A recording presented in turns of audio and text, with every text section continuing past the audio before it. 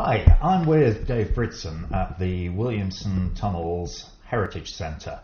Dave, thank you very much for inviting us along. The Heritage Centre is all about Williamson and his tunnels. Now, Williamson, I believe, was somewhat of a philanthropist. Can you tell me a little bit more about that? Yeah, basically he was a very wealthy tobacco merchant.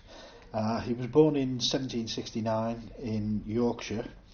By the age of 11, he'd made his way to Liverpool and was working for a company called Tate, who were tobacco and snuff manufacturers.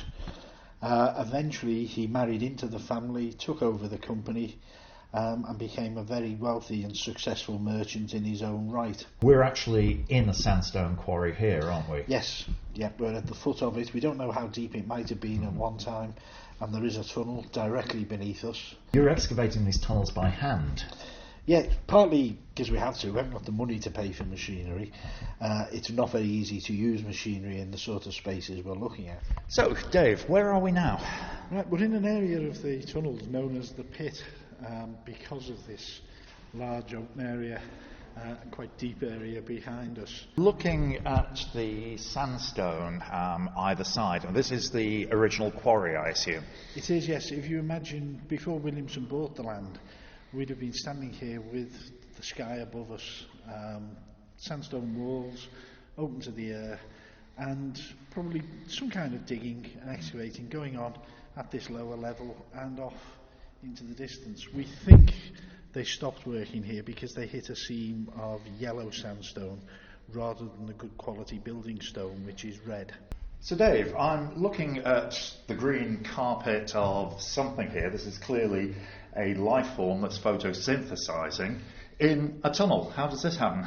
Yeah, we think it came in on somebody's clothing, something like that. So microbiology. It's been carried in, and there's actually two kinds of moss growing there, and growing, as you can see, very luxuriantly, with very little light. There's one strip light that is on for maybe 6 hours a day, and during the winter it's only on for 4 days a week. So, Dave, I'm looking at a number of artefacts here, which I assume is the archaeology that you've excavated from the tunnels.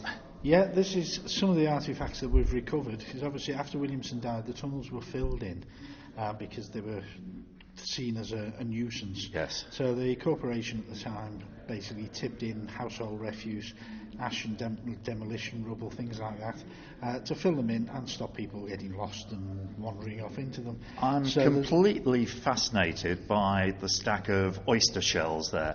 You're not telling me that these were found in the tunnels? You'll find them in any 17th or 18th century rubbish dump associated with the city, because at one time the Mersey was so clean that you could just wander down to any of the beaches before the docks were built. You could wander down to the pier head, anywhere like that, and dig up oysters, take them home for your tea.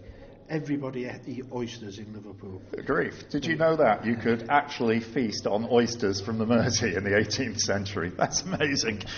And they were so plentiful, they were even used as pig food.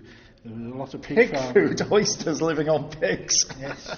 So, Dave, I think this is the final bit of archaeology. Well, that's quite a huge amount. I see that we've got some Dalton, there's some very old blue and grey. That looks like a piece of Majolica. This was all found in the tunnel. Yeah.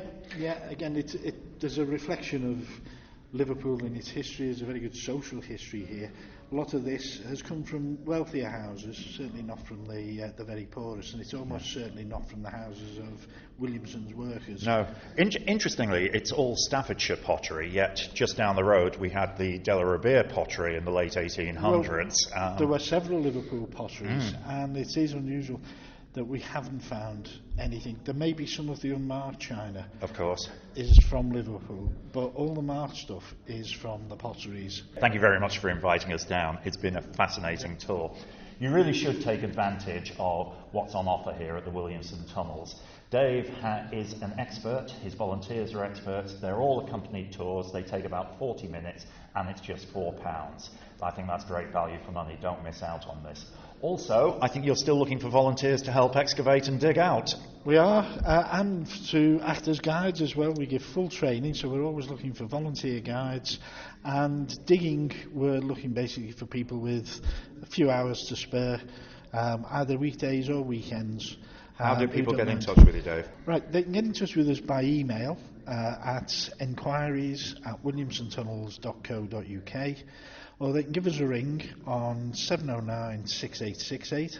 And of course, you have a website, which is... The website is at www.williamsontunnels.co.uk, and we're also on Facebook and Twitter, so they can get in touch that way as well. That's brilliant. Dave, thank you very much indeed. It's been an absolute delight. Yeah, thank you for coming.